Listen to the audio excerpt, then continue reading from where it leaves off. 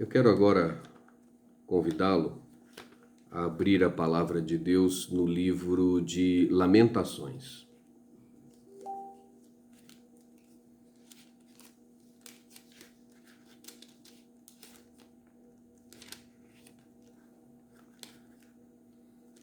Livro de Lamentações, e nós vamos ler no capítulo 1,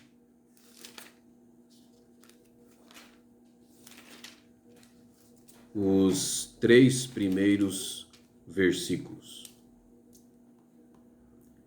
Livro de Lamentações, capítulo 1, leremos os 3 primeiros versículos. O texto diz assim: Como já solitária a cidade outrora populosa, tornou-se como viúva a que foi grande entre as nações. Princesa entre as províncias, ficou sujeita a trabalhos forçados. Chora e chora de noite, e as suas lágrimas lhe correm pelas faces. Não tem quem a console entre todos os que a amavam. Todos os seus amigos procederam perfidamente com ela. Tornaram-se seus inimigos. Judá foi levado ao exílio, afligido e sob grande servidão, habita entre as nações, não acha descanso, todos os seus perseguidores o apanharam nas suas angústias. O livro de Lamentações, ele foi composto em um mundo sombrio, em uma situação, em uma circunstância de catástrofes, miséria e aparente desesperança. O estudo desse livro deve nos levar a avaliar nossa reação a esse tipo de circunstância. Esse livro onde o autor manifesta o modo como ele enxergava aqueles momentos difíceis e onde ele chama o povo a considerar sobre estas coisas e o faz em forma de poesia, serve para nós hoje também como uma forma de aprendendo a respeito do que se diz, de como se sente e onde buscar esperanças em circunstâncias tão adversas. Estudar um livro assim deve nos trazer instruções nesse sentido. O contexto do livro é a queda de Jerusalém por ocasião de sua conquista através de Nabucodonosor. Portanto, é um tempo de massacre e destruição. Um tempo em que Jerusalém foi completamente destruído, o templo derrubado, pessoas foram levadas cativa. O livro é escrito em forma de poesia, poesia de lamento, poesia de manifestação de tristeza. Poderíamos até dizer, em vários momentos, nós vemos características de poesia fúnebre, de poesia de luto. Essa poesia, está expressa em 5 capítulos. Os capítulos 1, 2, 4 e 5 têm 22 versículos. E o capítulo central, que é o capítulo 3, pode-se dizer que é o capítulo principal, porque é o capítulo onde ele mostra fé e esperança. Esse é um capítulo que tem 3 vezes mais versículos do que os outros, ou seja, tem 66 versículos.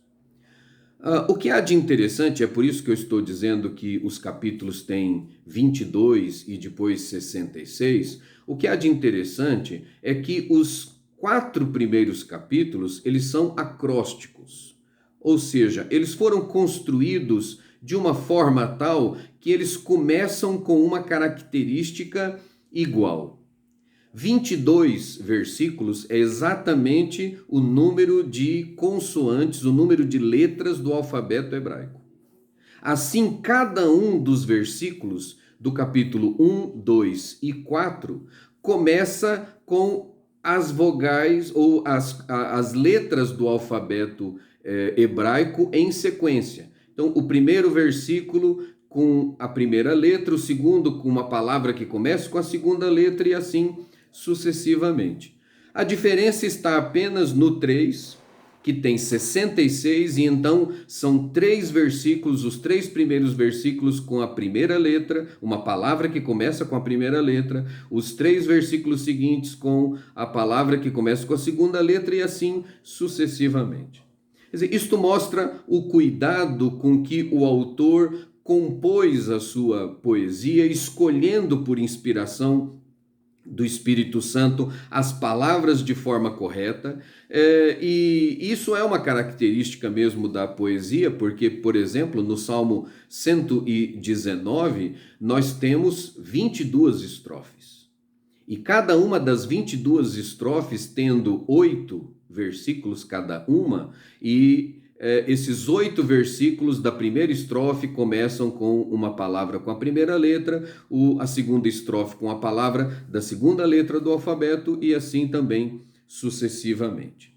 Bom, a mensagem do livro, que é o que mais nos interessa, ela é dirigida às necessidades daqueles que sobreviveram ao colapso de Jerusalém, aqueles que na invasão não foram mortos e estavam agora tentando lidar com o seu sofrimento, estavam tentando verificar como eles poderiam reagir diante de toda essa aflição. O capítulo 1 descreve a destruição e o sofrimento de Jerusalém, principalmente contrastando com a glória que Jerusalém tinha. O capítulo 2 ressalta que a catástrofe ocorreu por causa da ira do Senhor. Então, o primeiro capítulo mostra a catástrofe comparado à glória que Jerusalém teve. O capítulo 2 mostra a razão desta catástrofe, quer dizer, por que isso aconteceu. E isso era juízo de Deus contra o seu povo por causa do seu pecado, era a manifestação da ira de Deus. O capítulo 3, ele concentra-se especialmente na existência de um divino amor. Um divino amor que emerge, que brota novamente, ou que brota diante dessas circunstâncias adversas. Um amor que é inabalável, um amor que oferece base genuína de esperança em relação ao futuro.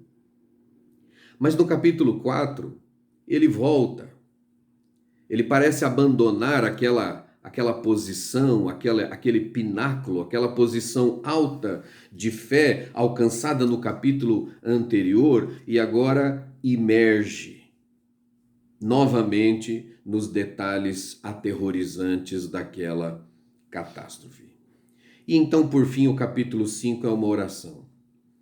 E termina com o reinado eterno do Senhor, de sua justiça e com uma súplica pela intervenção divina diante daquele momento difícil.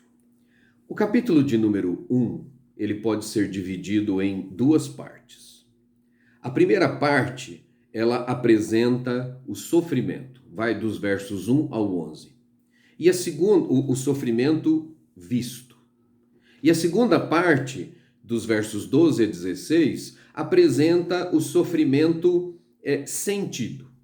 Então, primeiro é a vista do sofrimento e depois o sofrimento propriamente experimentado.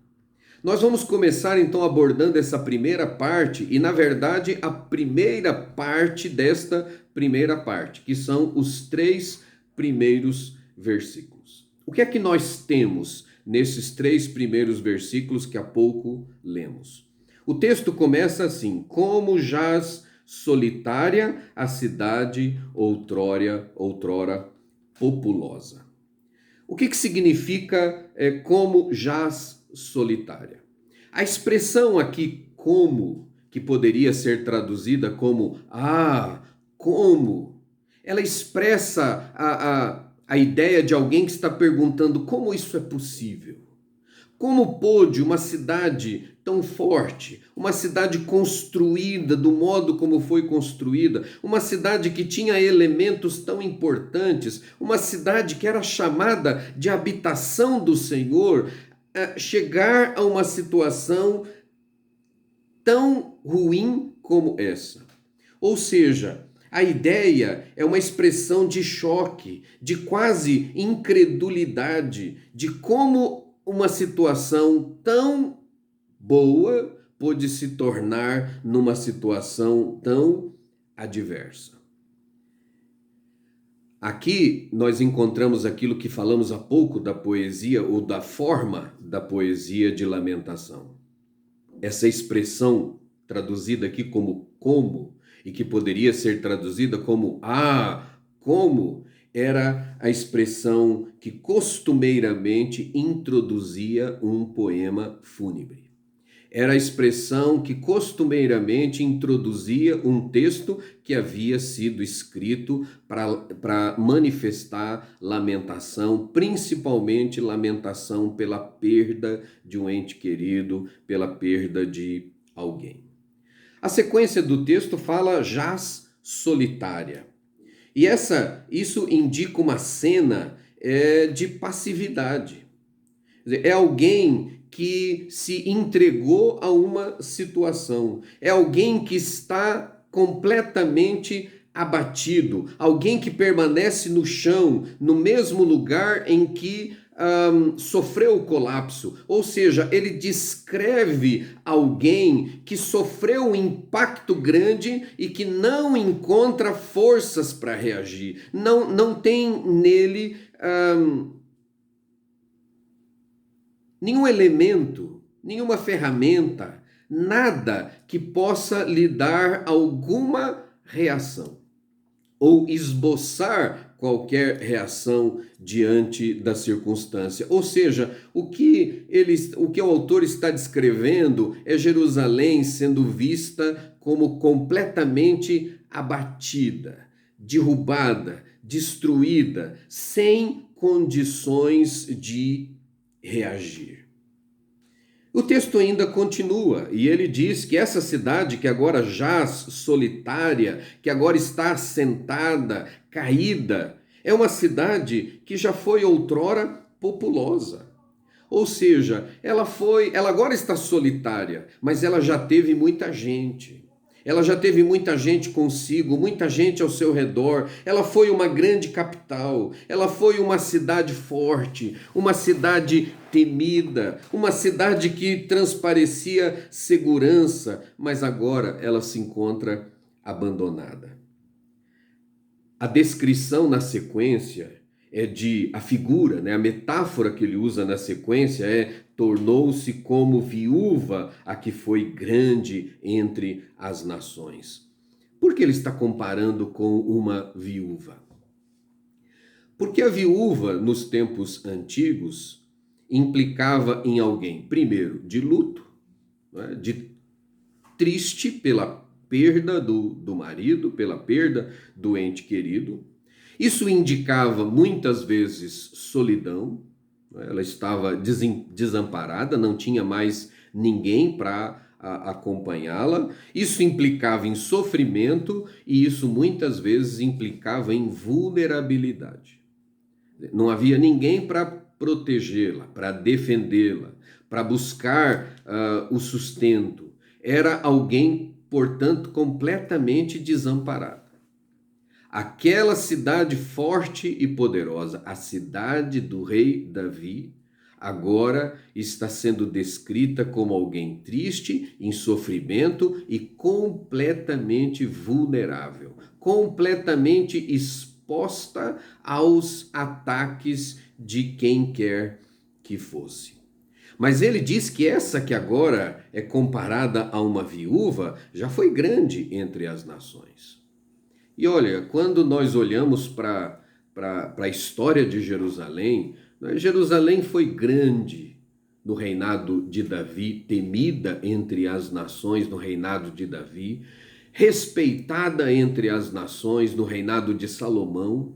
Teve momentos difíceis, mas nós podemos falar de Uzias como um rei que trouxe o respeito para Jerusalém das nações ao redor. Então, Judá, que foi respeitada entre as nações, Judá, que na sequência é comparada a uma princesa entre as províncias, e princesa aqui indica não só a sua beleza, mas especialmente autoridade. Jerusalém estava colocada em autoridade sobre as províncias. Isso quer dizer sobre as outras cidades, as outras regiões de Judá, mas durante muito tempo ela também foi respeitada por países vizinhos. Não é que mandavam, por exemplo, no tempo de Salomão, mandavam ouro, mandavam uma série de coisas, como presentes, como que pagamentos de impostos, que demonstravam o reconhecimento da autoridade de Jerusalém. Mas essa que exerceu autoridade, agora é dito que ficou sujeita a trabalhos forçados. Virou escrava. Aquela que exerceu autoridade agora perdeu sua posição real, perdeu sua majestade e tornou-se escrava, está agora submetida a trabalhos forçados. Vejam só, o verso 1 começa com uma descrição de lamento, comparando com uma situação superior, mas comparando com algo de novo ruim, com a viúva. Depois estabelece uma grande nação, uma princesa, mas que depois foi sujeita de novo a uma situação de escravidão, de domínio de povos inimigos. O verso de número 2, ele começa com um chora e chora de noite. O que essa expressão chora e chora nos indicam? Chorar amargamente. Repetir o termo chora e chora significa dizer que é um choro profundo. Não é um chorinho. Não é um lamento momentâneo. É um choro que expressa uma dor profunda, uma dor aguda, uma dor insuportável. E ele diz que essa dor lhe acompanha de noite, muito provavelmente, porque a noite é um momento de descanso, é um momento de renovar as forças, então se trabalha, faz o que tem que fazer, sofre as angústias do dia, mas de noite se procura descansar para renovar as forças para um novo dia. Mas o que o texto está dizendo, portanto, é que no lugar de descanso o que ela tem é tormento. No lugar de descanso, o que ela tem é dor, e dor profunda. Uma dor que ele diz na sequência, vem com suas lágrimas correndo pelas faces. Ou seja, é uma dor explícita. É um choro real, é um choro que outros podem perceber, né? Podem notar que há de fato um real sofrimento. E esse sofrimento, ele é, vamos dizer assim, intensificado quando ele diz, na sequência do versículo 2, não tem quem a console entre todos os que a amavam. A intensidade da angústia é aumentada pela ausência de compaixão, pela ausência de consolo. Os momentos difíceis, eles podem ser amenizados quando nós encontramos pessoas ao nosso redor que sentem a nossa dor, que sofrem conosco, que se preocupam, que se incomodam, que têm compaixão, que procuram fazer o que podem para aliviar o nosso sofrimento, e se nada efetivo pode ser feito para aliviar o sofrimento, sentam e choram conosco. Mas a ideia descrita aqui é que Jerusalém está sozinha, sozinha mesmo. O seu choro amargo não consegue comover ninguém, não consegue fazer com que ninguém olhe para ela e diga: precisamos fazer alguma coisa para aliviar o seu sofrimento, precisamos fazer alguma coisa para diminuir esta dor. Não há nada, não há ninguém que venha buscar aliviar o seu sofrimento. Quando ele diz não tem quem console e cita entre os que a amavam, ou na sequência ainda, todos os seus amigos procederam perfidamente, ora, muito provavelmente a referência é às nações pagãs que Jerusalém, Judá, tentou fazer acordo, como o Egito, a Síria, para se livrar dos inimigos. Ou seja, ao invés de confiar no Senhor, ao invés de confiar na aliança, ao invés de confiar no Deus do universo, ela procurou fazer aliança com outros povos. Então parece que o que o autor está dizendo agora é: onde estão aquelas nações com quem se fez a aliança nesse momento em que ela está destruída? Quem veio em seu socorro? Quem veio em seu auxílio? E é claro, quando nós falamos de aliança com outras nações, o Antigo Testamento deixa muito claro que a aliança com outros povos implica em uma aliança com os seus deuses. Implica em corrupção, em paganismo. Portanto, não só as nações estão aqui envolvidas como amigos ou os que os amavam, mas os deuses pagãos em quem, de forma direta ou indireta, o povo chamado povo de Deus acabou em algum momento colocando a sua confiança e deixando de dar ouvidos aos alertas dos profetas. Ora, nós acabamos encontrando na história reis que chegaram ao ponto de estabelecer no templo sacrifício humano, sacrifício dos seus filhos. Entregaram-se à prostituição cultual. Tudo que a gente pode imaginar de terrível no paganismo, houve momentos em que Israel trouxe isso para dentro de si através dessas alianças com esses povos e imaginando que isso poderia livrá-los do mal. Mas agora o autor pergunta: onde estão eles? Que consolo eles podem dar? Não é? Que consolo deuses pagãos, ídolos, mortos podem trazer num momento como este? E os seus aliados, eles são chamados aqui de proceder perfidamente, ou seja, quer dizer com traição. Eles iludiram vocês, eles enganaram. Eles fizeram aliança enquanto interessava. Quando eles viram que vinha um maior contra vocês, eles se associaram a esse maior contra vocês, porque isso lhes era interessante. Por fim, nós temos o versículo 3, dizendo: Judá foi levado ao exílio, afligido e sobre grande servidão, habita entre as nações, não acha descanso, todos os seus perseguidores o apanharam nas suas angústias. Exílio. Judá foi levado ao exílio. A palavra exílio aqui, ela é interessante porque ela vem de uma raiz que indica desnudar, expor-se.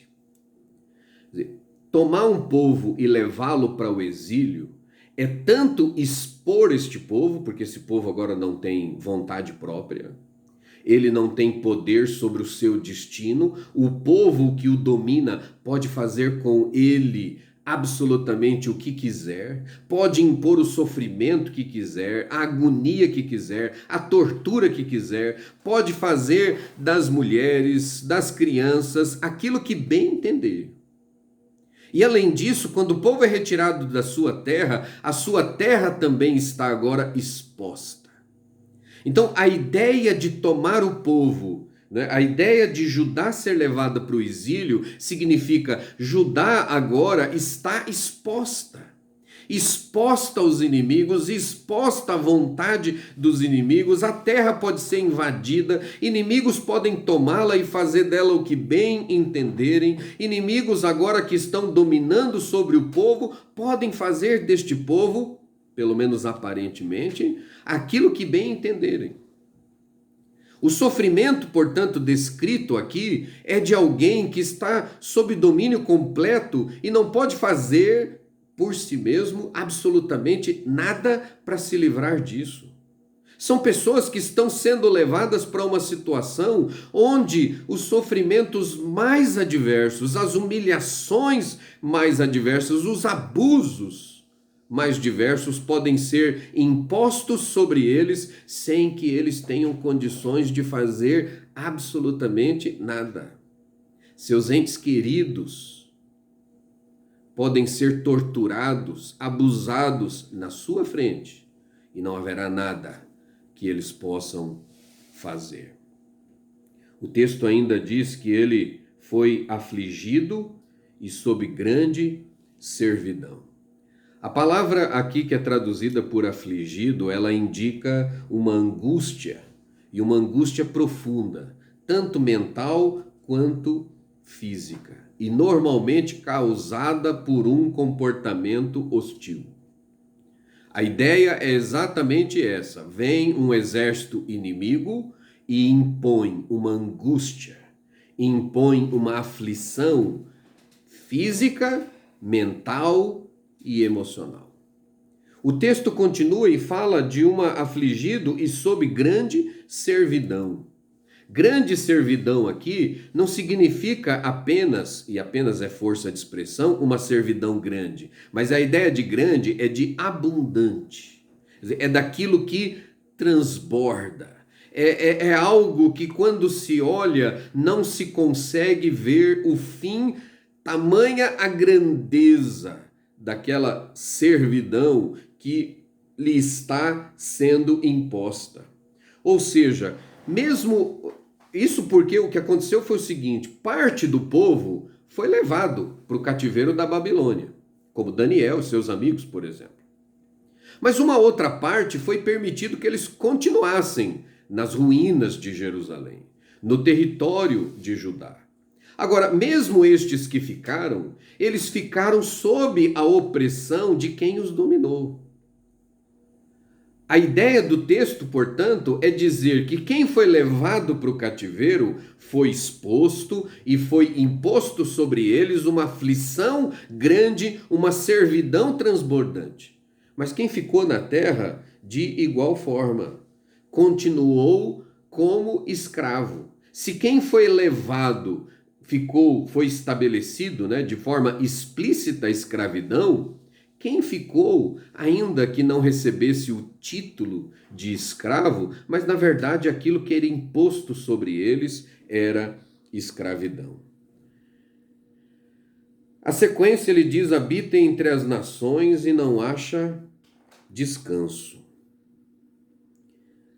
Habita entre as nações pode ser uma referência ao fato de que os que permaneceram na terra, os que não foram levados cativos, puderam ocupar outros espaços, viver entre outras nações, e os que foram levados cativos foram viver numa outra nação. Mas o ponto do texto é o seguinte: não importa onde se vá, não há descanso.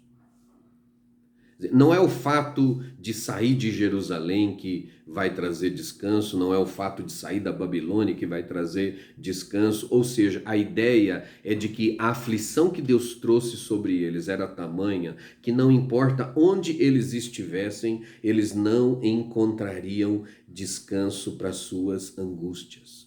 Todos os perseguidores o apanham, é o que o texto diz na sequência, nas suas angústias. Os exércitos saqueadores varreram a terra, reunindo pessoas para levarem para o exílio. Angústias é algo que reporta a desespero, é uma palavra que indica ansiedade intensa diante de uma situação ameaçadora. Judá, portanto, vivenciou condições terríveis durante e após a invasão babilônica.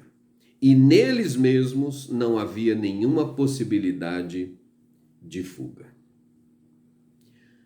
O que nós temos, portanto, nessa primeira parte é uma primeira manifestação de qual era a circunstância em que o povo de Deus se encontrava naqueles dias.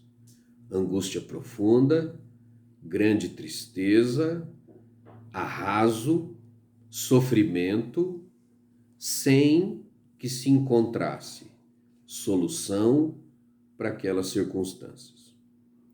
Mas a lição que nós podemos tirar deste texto é a seguinte: a tristeza que aquele povo tinha, eu creio que nós podemos dizer isso, a tristeza que tomava conta do coração daquele povo, não era apenas por causa da dor física, não era apenas por causa da humilhação, das emoções que lhes foram quebradas e transformadas em emoções negativas, em tristeza, em agonia. Mas eu creio que nós podemos dizer que o sofrimento, a angústia, vinha também agora da privação de acesso espiritual ao Senhor. Isso porque o templo foi destruído. Não havia mais um lugar de adoração. Não havia mais oportunidade de culto. Nós temos alguns salmos de lamento escritos no tempo do cativeiro, onde eles manifestam a tristeza por não poder subir à casa do Senhor. Agora, esse mesmo povo, quantas vezes teve a oportunidade de ir e levar o seu sacrifício ao Senhor, mas Deus, através dos profetas, através de Isaías, por exemplo, diz que eles levavam o cordeiro manco, eles levavam o cordeiro doente, eles levavam o pão embolorado. Sabe aquele pão que já cresceu o bolor, pão peludo? Era esses pães que eles levavam para consagrar ao Senhor. E agora eles estão percebendo onde o seu pecado os levou. Agora eles estão se dando conta, estão olhando para trás e vendo quantas oportunidades de adorar a Deus de verdade eles perderam.